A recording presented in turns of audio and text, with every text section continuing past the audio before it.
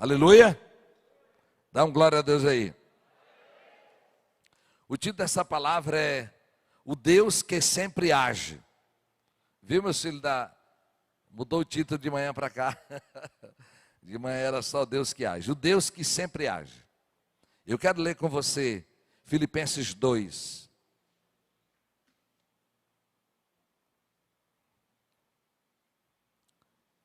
Do versículo 12 em diante.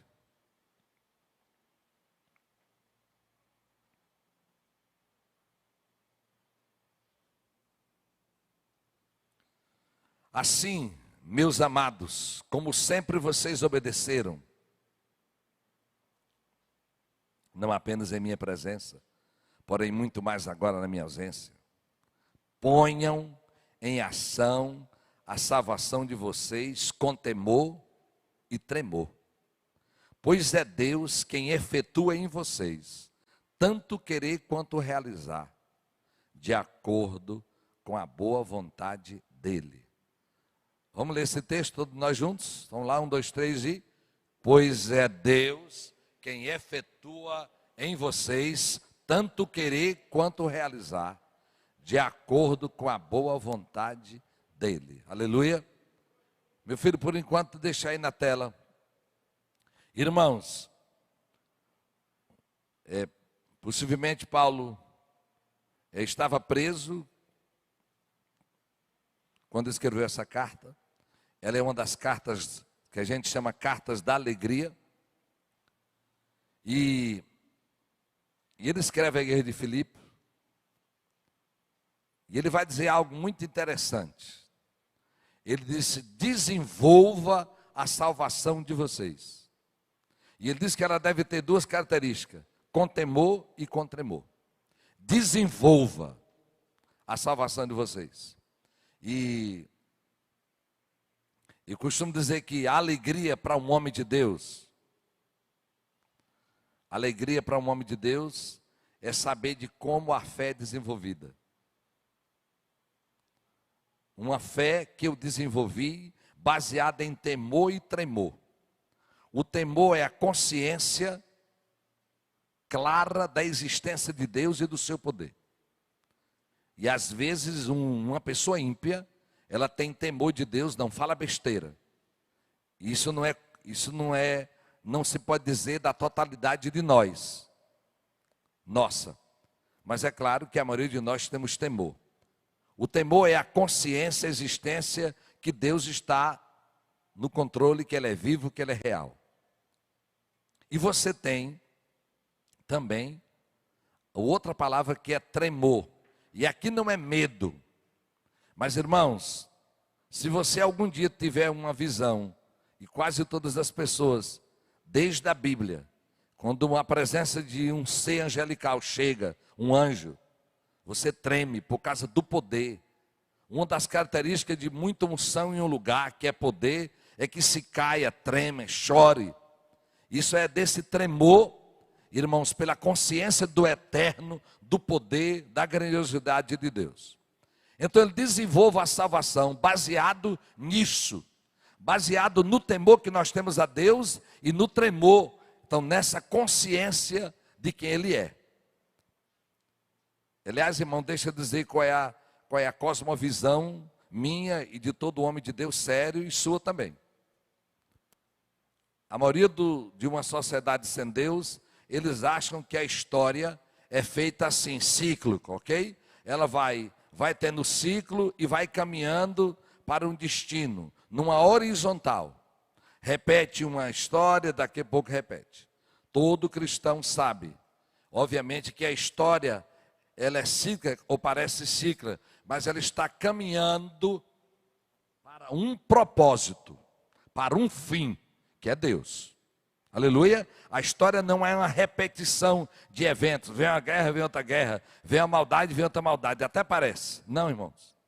A história caminha para numa vertical, para um propósito. E nós vamos ver isso. Amém? Milhares e milhares de anos, Deus disse que viria o Salvador. E nós estamos aguardando a segunda volta de Jesus, a segunda vinda dele. E ele virá. Aleluia. Ele virá. mais cedo do que você imagina, no nome de Jesus. Viver uma vida sem a consciência dele, da existência dele, sem a consciência de que ele vai voltar, é você não desenvolver a sua salvação. Como eu estava dizendo, uma das alegrias de um pastor é quando você chega num lugar, principalmente lugares que eu não vou, que a gente não vê sempre. É quando eu chego na Inglaterra e lá está irmãos desde o começo. É quando eu chego em Moçambique, dos garotos que agora estão casando, estão virando homens, se formando, uns médicos, outros engenheiros. Você vai desenvolvendo, você sabe que alguém ali desenvolveu a fé.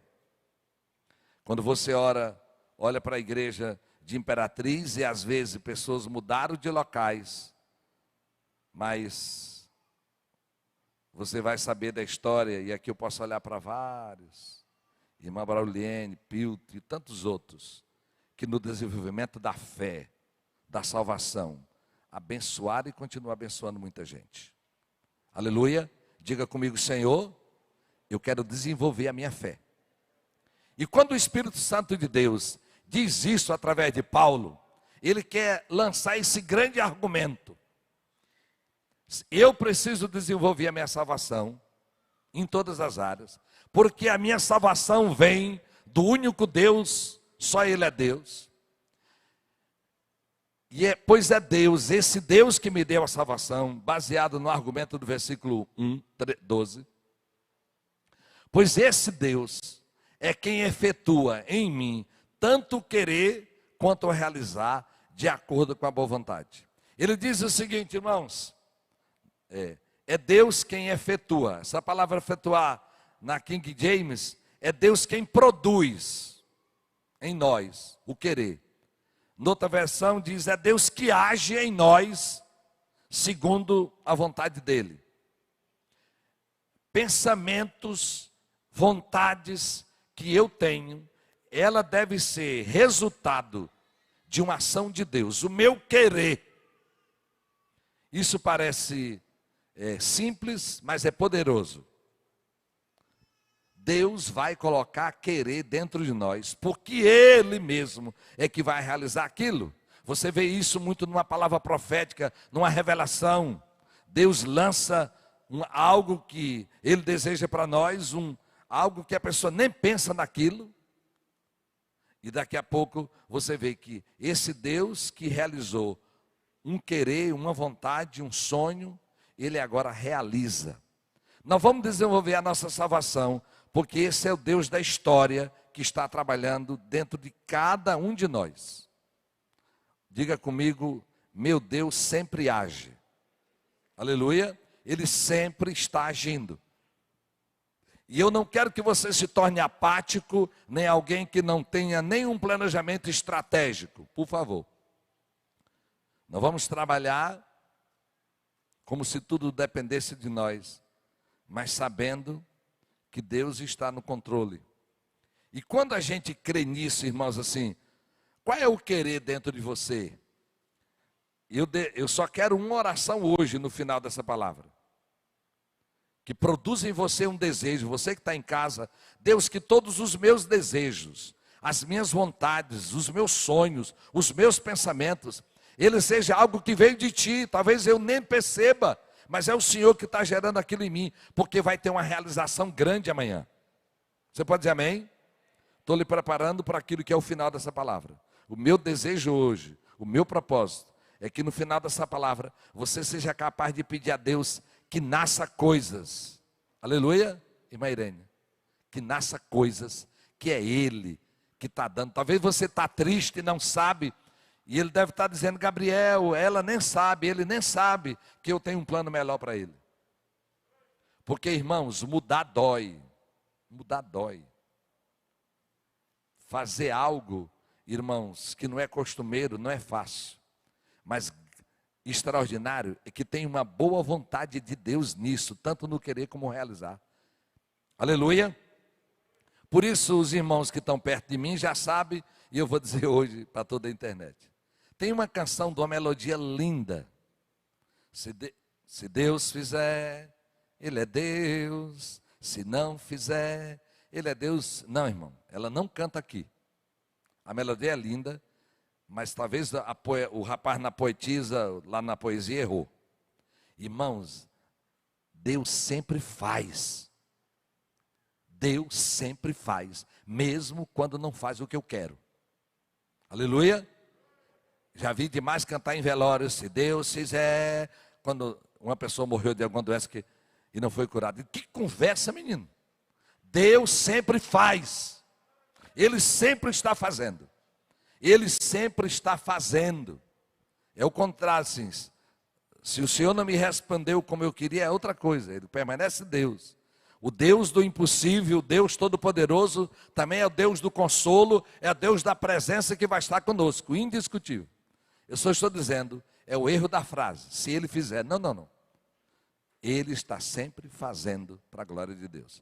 E é claro, irmãos, que tem coisas que eu vou viver suficiente para saber que foi Deus que me barrou, foi Deus que me promoveu, foi Deus que colocou aquilo.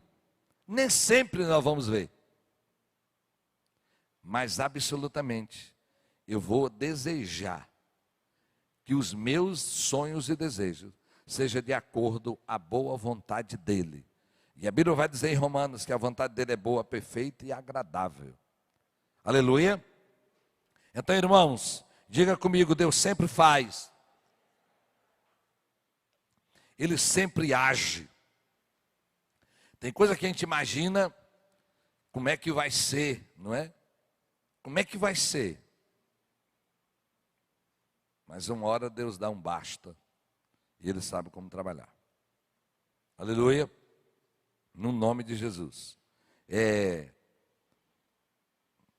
Porque você já sabe separar entre a vontade de Deus absoluta e a vontade de Deus relativa.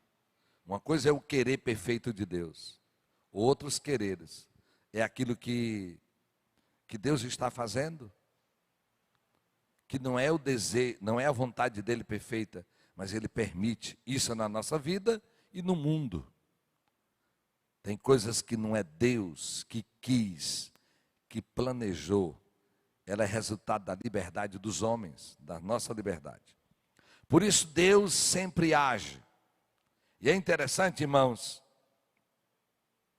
que em Gênesis 1, quando a Bíblia começa em Gênesis, e obviamente termina em Apocalipse, concluindo sobre esse Deus que age. Diz no versículo 1 que no princípio criou Deus os céus e a terra.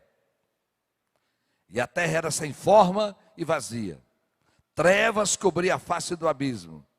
E o Espírito de Deus se movia sobre a face das águas. E daqui a pouco no versículo 3 disse Deus, haja luz, e houve luz.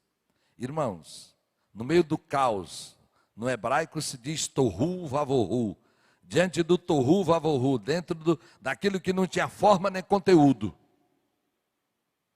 Mas o Espírito de Deus se movia, e ele começa a agir. Eu não sei o que é que não tem forma, eu não sei o que é que está vazio na sua vida, o que não tem um sentido. Mas esse é o Deus que cria, aleluia. Ele é que cria a partir do nada. Porque aonde tem um nada, aonde tem trevas, aonde não tem conteúdo, o Espírito de Deus está pairando. E Ele vai agir. No nome de Jesus. No nome poderoso de Jesus. Esse Deus age. De Gênesis a Apocalipse. É a descrição de Deus agindo no decorrer da história. Diga comigo, Senhor, age na minha vida. Peça a Ele que desça e comece a realizar coisas em você. O privilégio de caminhar com Jesus é que nós vamos ver Ele agindo. Aleluia? Nós vamos ver Ele agindo. A segunda observação sua, ou terceira, nessa história de Deus agindo, e que você vai orar, é para que o desejo orar ao Senhor, para que o desejo de tudo que você está pensando ou vier a pensar, seja de acordo à vontade dEle, a fim de que Ele realize coisas grandes em sua vida. Dos exemplos clássicos da Bíblia, que uma pessoa começa a orar a Deus por algo, mas o pedido dela não era uma resposta a uma necessidade dela ou um desejo, mas o pedido dela era uma resposta para uma necessidade de Deus, se é que Deus tem necessidade. É Ana, a mãe de Samuel. Ana vai pedir a Deus um menino para tirar ela da humilhação, da esterilidade. Deus vai pedir, Ana vai chorar diante de Deus, pedindo um menino para parar de que a outra mulher incomodasse ela, para que ela parasse de sofrer emocionalmente. E ela pede um menino a Deus e ela devolve a Deus. Ana é um exemplo clássico de que todas as coisas que Deus me dá deve ser dada para Ele de volta. E se você continuar lendo o texto, Deus deu mais 5 filhos para Ana. Não foi uma troca que ela fez, mas Deus abriu a madre dela. E o Samuel que ela desejou a Deus, ele foi a resposta de Deus para Israel. O juiz que liderava Israel e não tinha rei, o sacerdote era o mesmo juiz, que era Eli. Ele foi reprovado diante de Deus. O Senhor estava tirando ele. E o pedido de Ana agora é a resposta de Deus. Dos homens mais íntegros da Bíblia, de todo o Velho Testamento, é Samuel, obviamente Enoque e José do Egito. Homens de uma característica parecida com Jesus. Ore a Deus para que aquilo que você está pedindo seja uma resposta para uma necessidade de Deus. Aliás, irmãos, na Bíblia, quase todos na Bíblia até hoje, toda criança que veio de um resultado de oração, de um pedido, de um milagre, ela será muito usada por Deus. Por quê? Aleluia? Verdade. Então, peça a Deus que você sabe que Deus age, diga, Senhor, eu quero cooperar contigo. Isso não é o desejo de uma mágoa, de uma tristeza, de um ressentimento. Não, aí é coisa da minha alma ou da carne. Porque eu já encontrei alguém dizendo um dia para mim, Deus abençoe aquela mulher, eu acho que Deus gosta de farinha de puba, porque eu gosto de farinha de puba. Eu digo, vem para cá, crente do mercadinho. Irmão, porque eu gosto de farinha de puba, Deus gosta. Sim, farinha de puba é bom, mas tem muita gente que não vai gostar, né? Quem gosta mesmo de farinha de puba são os dentistas, né, irmãos? Não pode acabar em farinha de puba, porque os dentistas gostam de farinha de puba, né? Ela dá muito lucro para eles, né? Quebra dente e vai lá para eles consertar. Olha, mas irmão, aquela foi um suspiro daquela senhora, e as outras coisas. Irmãos, não é Deus que gosta do que eu gosto, eu que devo gostar daquilo que Deus gosta. Se lá no céu tiver farinha de puba para comer com açaí, amém. E não estou dizendo para que você se sinta tão crente, ao ponto de Deus limitar, não. Mas peça a Deus, Senhor, eu quero que desejo do meu coração seja uma resposta para aquilo que tu quer gerar. Aleluia. Resposta para aquilo que o Senhor quer gerar. É para esse advogado que vai marcar a história, é para esse médico, é para esse pastor, para esse missionário, é para esse político, é para esse empresário, é para esse pastor de mercado.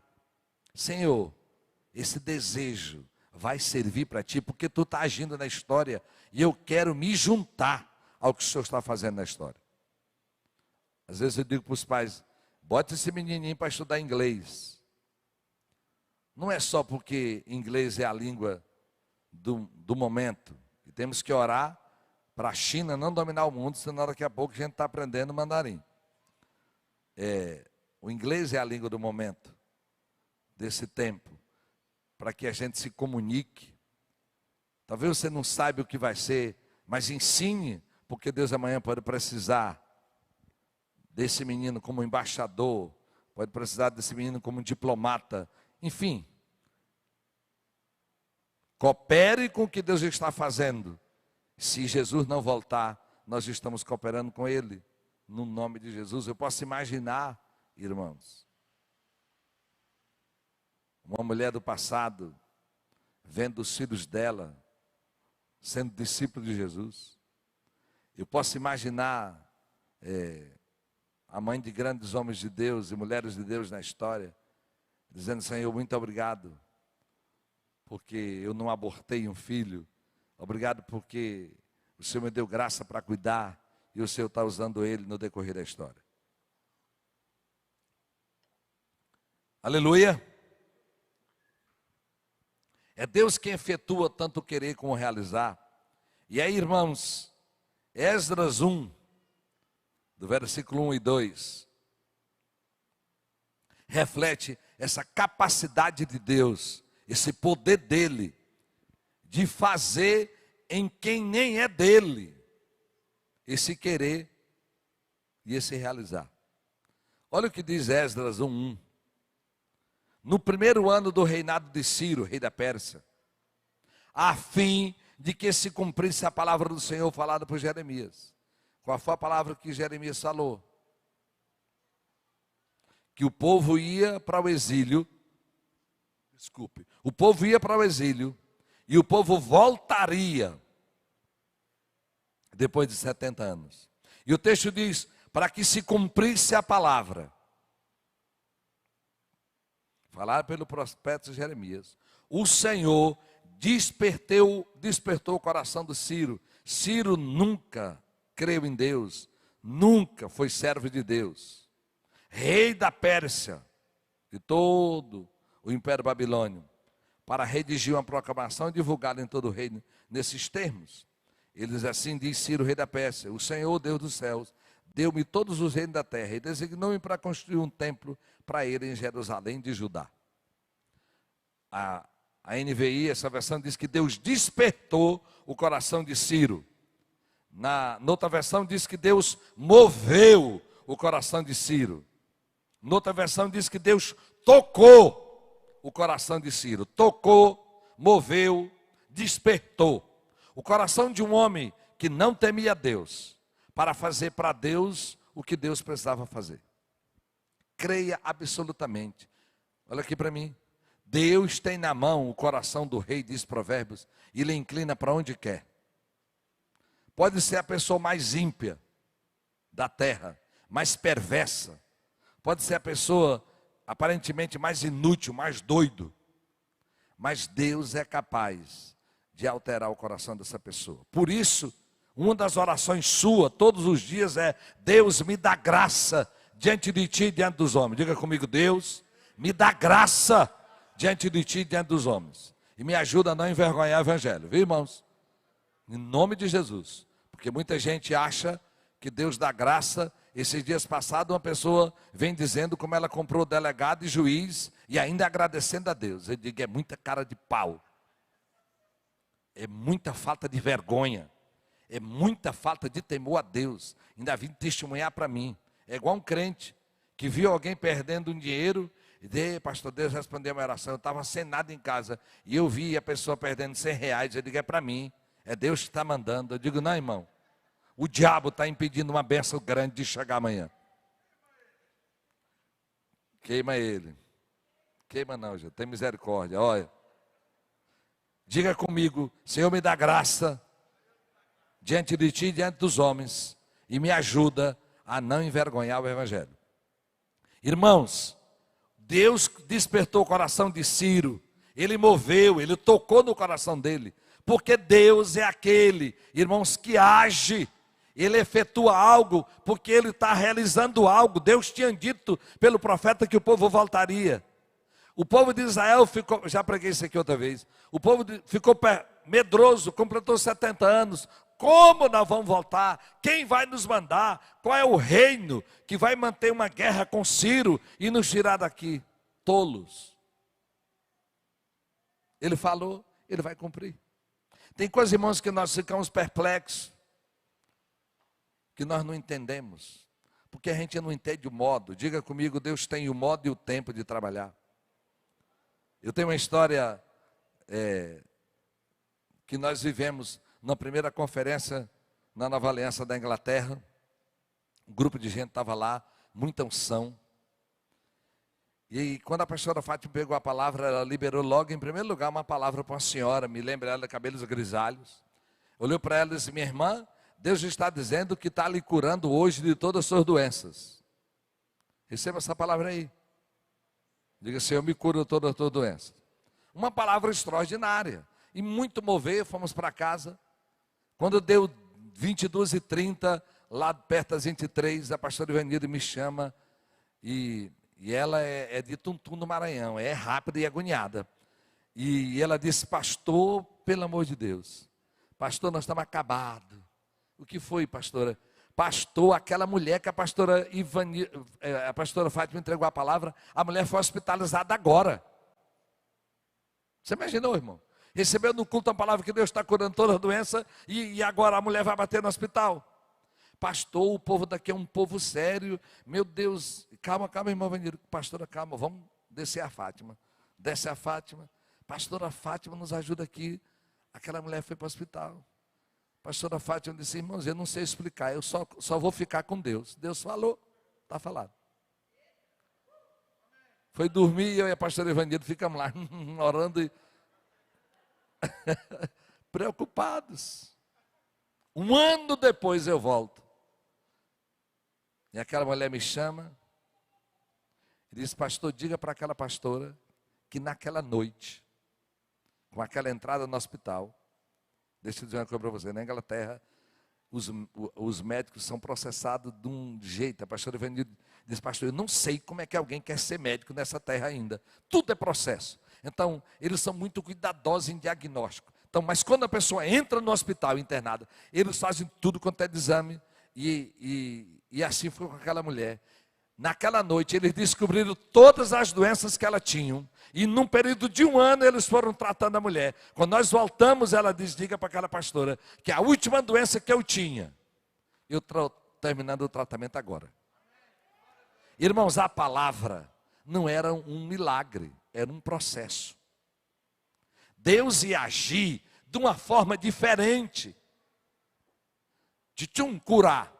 O processo da cura era diferente. Então, se você crê que Deus age, você talvez não saiba como explicar. E quer ver crente enjoado e me irritar, é quando está orando, Deus está entregando isso. Pastor, e como que Deus vai fazer isso? Eu digo: vá tomar banho. Como é que Deus vai fazer, pastor? Eu digo: cuidado para tu não virar igual o sacerdote Zacarias. Duvidou de Deus e ficou mudo. Irmãos, eu não tenho que explicar, eu não sei como é. Eu só estou lhe dizendo.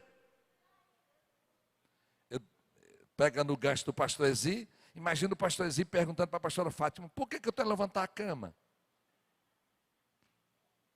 Deus podia dizer, mas não disse. Você está com refluxo, esse refluxo vai adoecer sua tireoide, sua amígdala, negócio laríngeo, você vai tossir. E nesse tossir você vai gastar muito dinheiro e vai viajar achando que está com Covid. Mas irmãos, Deus não tem obrigação de me dizer o fim das coisas, mas Ele quer o processo, mas Ele está me dizendo o fim. Aleluia? Diga comigo: meu Deus sempre age. Às vezes eu não compreendo como será, mas eu preciso crer. Porque eu sou o povo que crê. Todas as coisas vão cooperar para o bem daqueles que amam a Deus. Então, irmãos, o seu Deus age. Deus tocou no coração do Ciro. Ele vai tocar no coração de cada governo. O Senhor toca no coração, engana ele. Engana ele para um propósito. Deus está sempre agindo. Ele tem um propósito. E quando nós estamos cegos, quando a gente não é capaz de se aliar ao de Deus, Ele vai fazer. Tem algo inusitado no Centro de Recuperação Feminino. Nossas mulheres que estão em tratamento, acolhidas, não podem entrar grávidas. Porque pode ter alguma briga, alguma coisa, sei lá, e pode prejudicar o bebê. Então, não tem. Centro de Recuperação, a coordenadora na época, minha esposa, depois vem Vera, as obreiras, irmã Lourdes, Dreicas, mulheres experientíssimas. Elas tinham uma regra.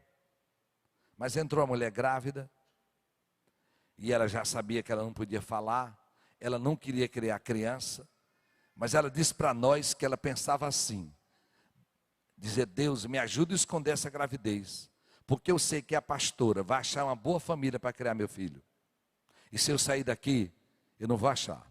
E como a maioria delas aumenta uns quilos naquela casa, a mulher foi engordando, engordando. Um dia a Vera olhou: mulher, tua perna está inchada? A Vera: eu acho que eu corri ontem muito. Irmão, ela escondeu a gravidez como boa mentirosa, mas cumprindo um desígnio que só depois nós íamos saber. Ela cria que o lugar de ter aquela criança era ali, porque Deus a pastora ia achar uma boa família para criar o filho. Então ela não rejeitava a criança. No dia de ter o menino, ela ligou para a Vera: Vera, mulher me acode, manda o carro me buscar, que eu estou com ardores e eu tenho um menino e é ligeiro, o meu menino. Menino? E eu disse para minha esposa: ri. Eu digo: o Espírito Santo enrolou vocês. Um monte de mulher experiente, irmã Luz de avó, cheia do Espírito Santo. Minha esposa Vera, Deus enrolou vocês porque Ele tinha um propósito. E Deus tinha dito para Vera que Deus ia dar um filho para ela. Eu vejo o menino no seu colo. É o menino que corre aqui, o Caleb, para a glória de Deus.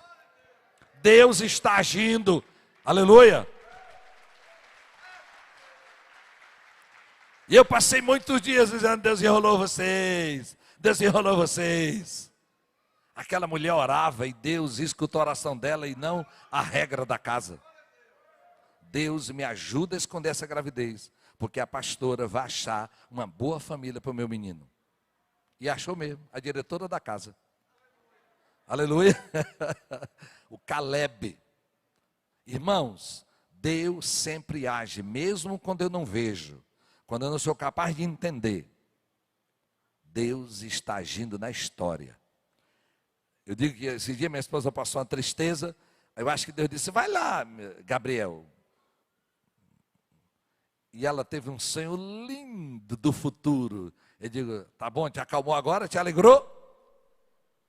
Porque Deus, irmão, sabe, eu não sei o que está fazendo, e às vezes nós vamos estar agarrados a hoje. Meus irmãos, o nosso Deus é eterno, nós trabalhamos para a eternidade, aqui é passageiro, determinante, fixo, para sempre. É para onde nós vamos, é para a eternidade. Estamos agarrados demais. O nosso destino é a eternidade. Por isso, o seu Deus sempre age. Aleluia.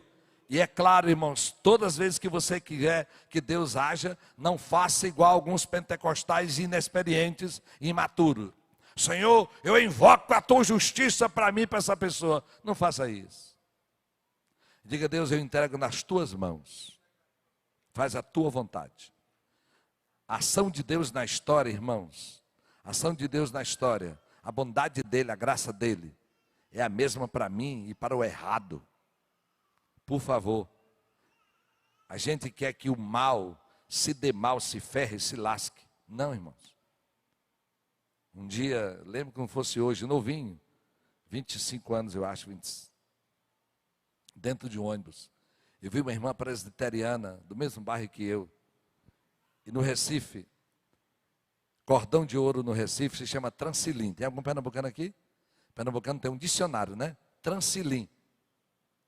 E um Transilim, na Conde Boa Vista, nós estávamos dentro do ônibus, e um garoto roubou o cordão de ouro daquela pessoa e saiu fazendo. E eu lembro daquela crente dizer uma coisa toda: eu sou crente. Coisa boa, né, para dizer? Eu sou crente. Eu digo: agora vem coisa boa. E ela disse: mas por mim, pegava todos esses meninos e jogava lá no meio do mar para servir de comida para tubarão.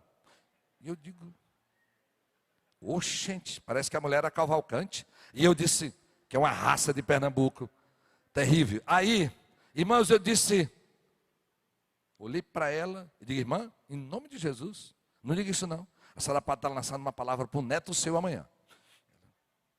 A senhora sabe quem vai ser criar seu neto? Quem vai ser seu genro, sua nora? Era uma senhora.